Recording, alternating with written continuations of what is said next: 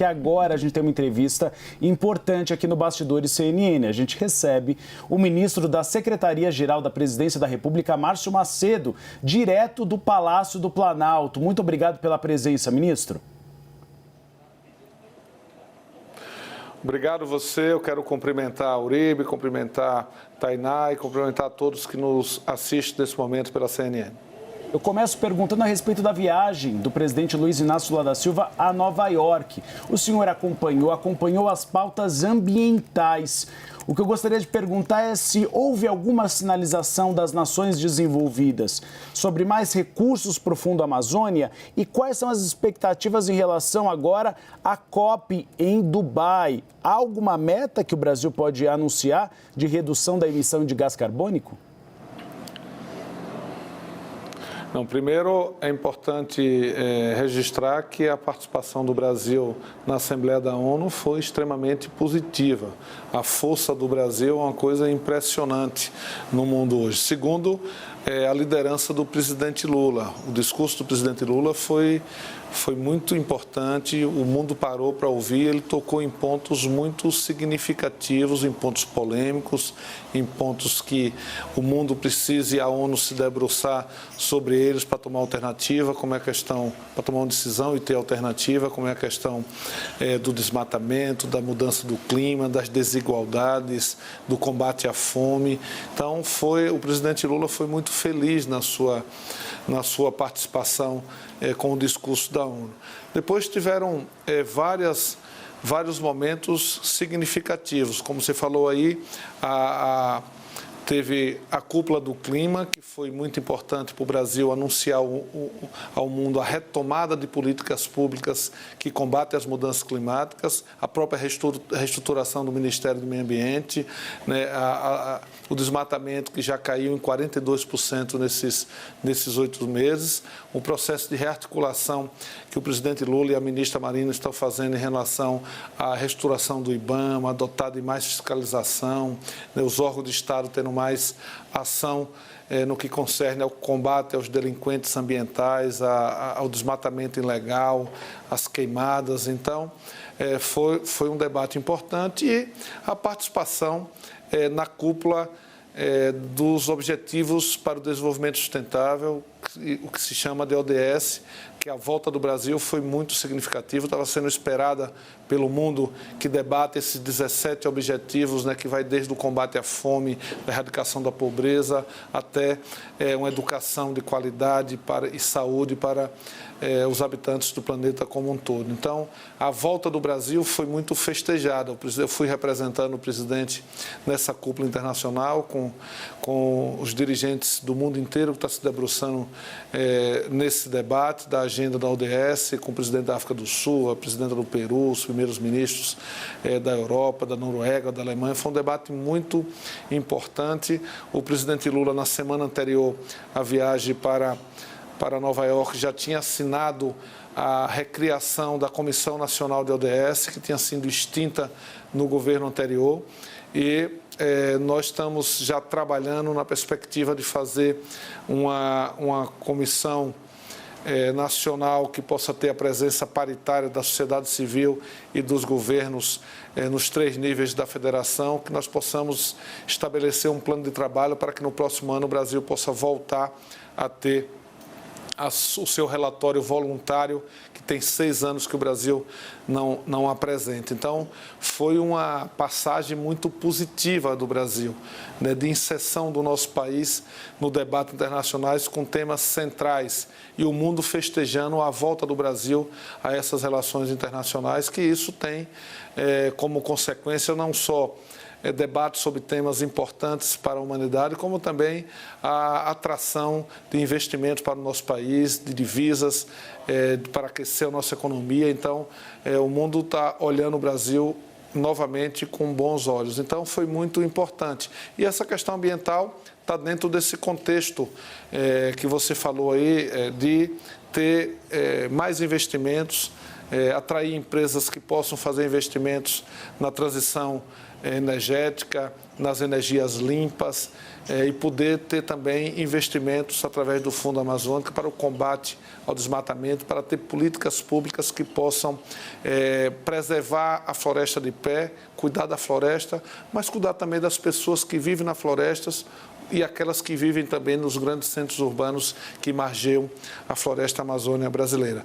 Eu tenho fé que nós vamos chegar na COP com um número de desmatamento bastante inferior ao que foram nos últimos anos e na preparação para que o Brasil possa realizar a COP30 no coração da Amazônia e poder ter notícias muito boas de controle do desmatamento, de controle de queimada e de políticas públicas de desenvolvimento sustentável que possa manter a floresta de pé e poder ajudar as populações que vivem ao redor da floresta amazônica. Ministro, tudo bem? De volta ao Brasil, o presidente tem uma série de questões para resolver, dentre elas PGR e Supremo Tribunal Federal, que estão a todo momento no noticiário. A gente sabe que ele chegou a conversar sobre isso nessa viagem a Nova York. Ele mesmo acaba de dizer que tem sido aconselhado, tem ouvido bastante, mas que vai tomar a decisão no momento certo. Ministro, por que está demorando tanto? Que momento certo é esse que o presidente da República está esperando?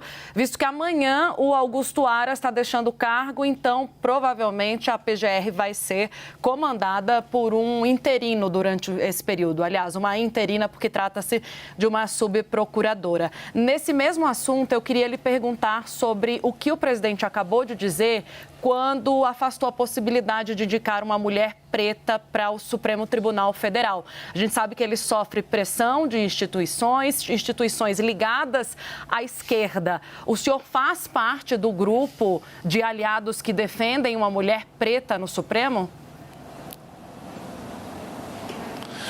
Olá, Tainá. É bom voltar a falar contigo. Não, primeiro, o presidente não está com pressa.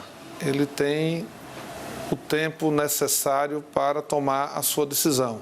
Como você falou aí, como é o estilo dele, ele tem ouvido as pessoas, ouvido várias pessoas que ele considera que podem ter uma opinião para ajudar a formatar a sua decisão, que possa ajudar com informação, com variáveis que ajudem ele a montar o arcabouço de qualidades e de variáveis que ajudem ele a tomar a decisão.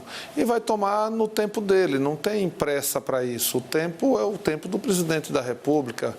O povo lhe ortogou esse direito pelas urnas, de forma soberana, que é assim que é a democracia, para ele tomar a decisão dele. Então, ele não está com pressa, está ouvindo as pessoas e depois, se eu conheço um pouco ele vai se fechar em copas, como se diz o jargão, vai pensar e vai tomar a decisão dele. Não tem, é natural que tenha pressão e que tenha defesas de tese A ou de tese B, mas essa é uma prerrogativa do presidente da República.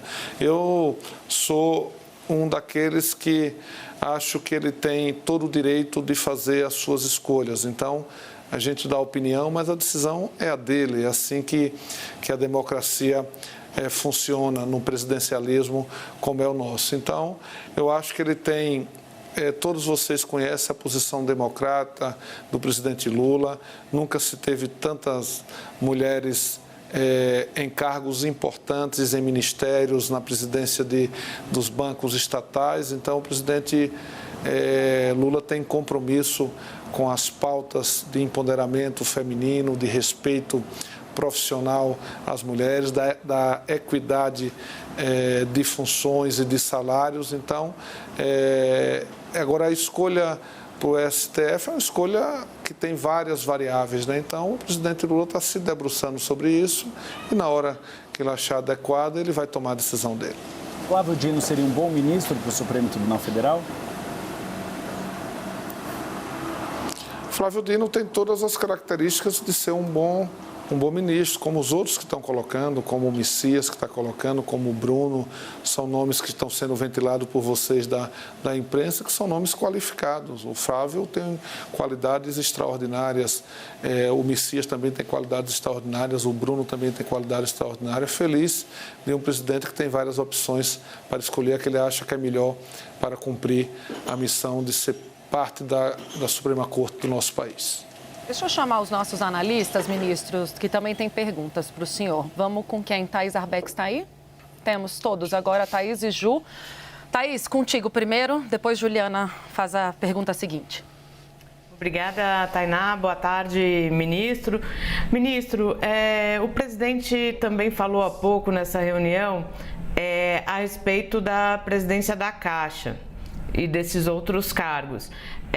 Eu quero saber se há uma definição de quando essas novas posições serão acertadas. Imagino que o presidente também não tenha pressa, mas entendo que há uma pressa a partir do Congresso Nacional de ver, principalmente desses dois partidos que acabaram de entrar, de ver os espaços contemplados para que não haja nenhum risco de governabilidade.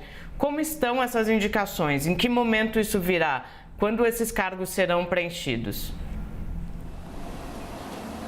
O presidente acabou de nomear 2 ministros, né? Um do Republicanos e outro do PP, né? Recompondo essa base de sustentação no Congresso Nacional.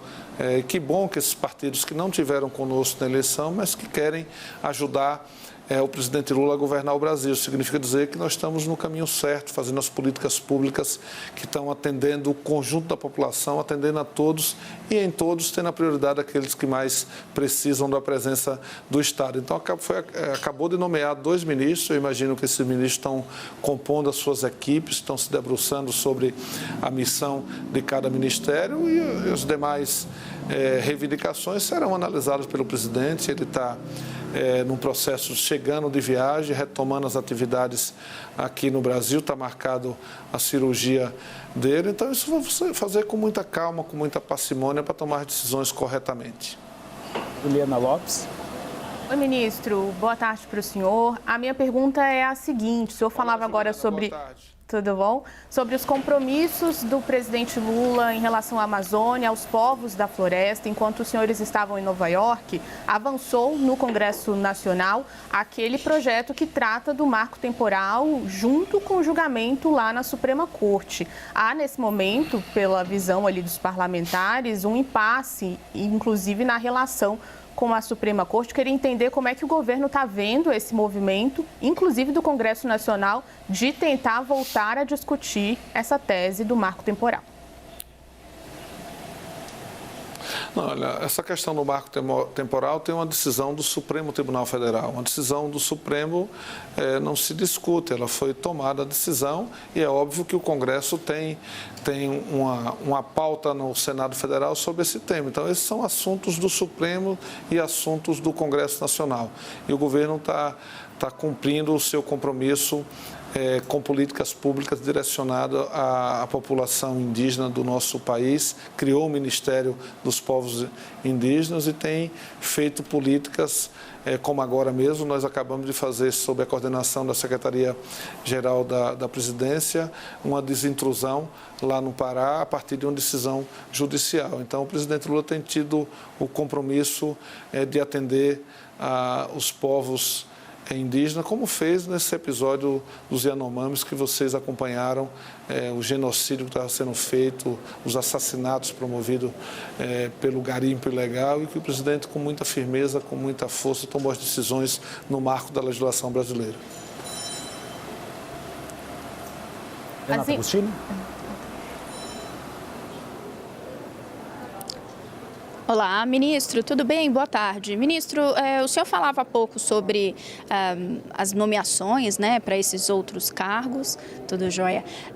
Mas gostaria de entender, na perspectiva do Palácio do Planalto, né, na visão do senhor, o que o governo espera que esses novos aliados, que a gente costuma chamar, né, partidos do Centrão, mas que republicanos, que o próprio progressistas, o que o governo espera que eles entreguem a partir de agora?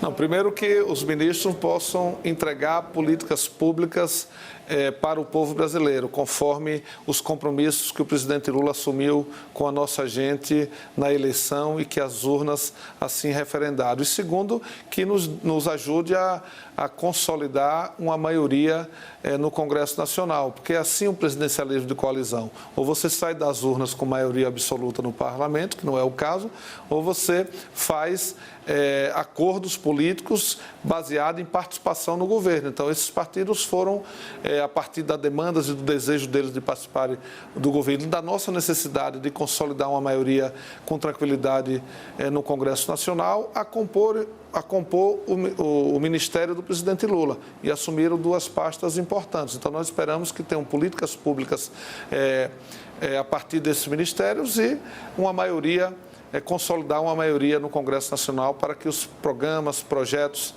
que vão ajudar a mudar a vida das pessoas para melhor, que vão ajudar o nosso país a sair do atoleiro que ele tinha se envolvido, ajudar o Brasil a crescer, a se desenvolver, a economia a rodar, a gerar bem-estar para a nossa gente, que são matérias importantes que o Congresso Nacional, ao longo desse ano, se debruçou, vai se debruçar até o final do ano e tem mais os 3 anos do governo do presidente Lula. Então é isso, é entregar políticas públicas nos ministérios e consolidar a maioria que nós precisamos para ter tranquilidade para governar o Brasil.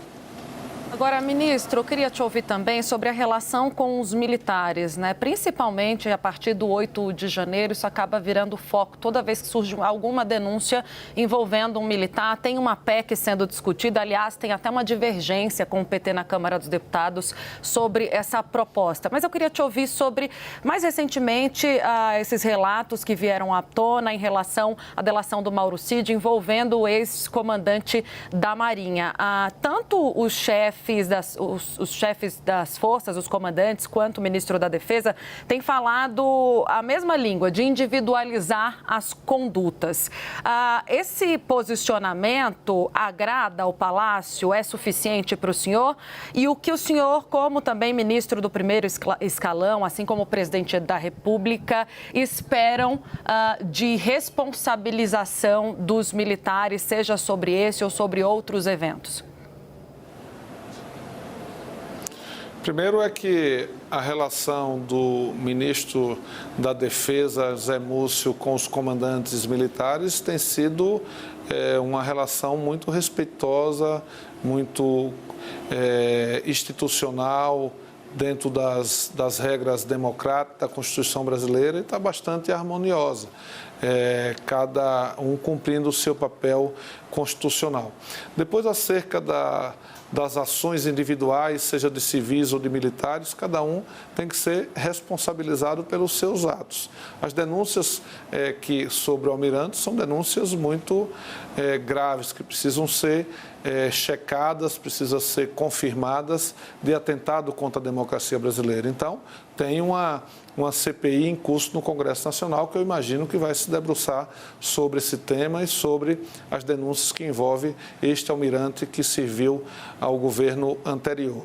Eu espero que qualquer um, seja quem for, que tenha atentado contra a democracia brasileira nesses episódios do dia 8, qualquer um, seja civil ou militar, que tenha atentado contra a Constituição, contra a democracia, contra os poderes constituídos democraticamente pelo povo, tem que assumir as suas responsabilidades, tem que ser punido conforme a legislação brasileira. Ministro, para encerrar a nossa entrevista, eu gostaria de perguntar sobre a nova rotina de Luiz Inácio Lula da Silva, agora no Palácio da Alvorada com a cirurgia. O Palácio foi preparado para esse período? Ele deve despachar por um longo tempo no Palácio da Alvorada, presidente? Olha, os médicos têm dito que é uma cirurgia já bastante rotineira no Brasil e que é bastante bem sucedida no nosso país. Então, a ideia é que o presidente possa voltar às suas atividades o mais breve possível, né? É óbvio que tem o ato cirúrgico, deve ter alguns dias de protocolo médico e ele vai, se eu conheço ele bem, ele vai trabalhar já, porque ele trabalha com muita intensidade. Então, eu acho que não terá grandes mudanças de rotina. Vai cumprir o espaço protocolado os médicos de recuperação e voltar às suas atividades, seja ela inicialmente no Palácio do Alvorada, seja ela no Palácio do Planalto. Ministro, muito obrigada por essa entrevista. Conseguimos falar sobre vários assuntos, todos eles muito importantes. Até uma próxima, viu? Obrigada por essa conversa. Obrigado, Tainá. Obrigado, Uribe. Obrigado a todos que fazem a CNN. É muito bom falar com o povo brasileiro através da audiência de vocês.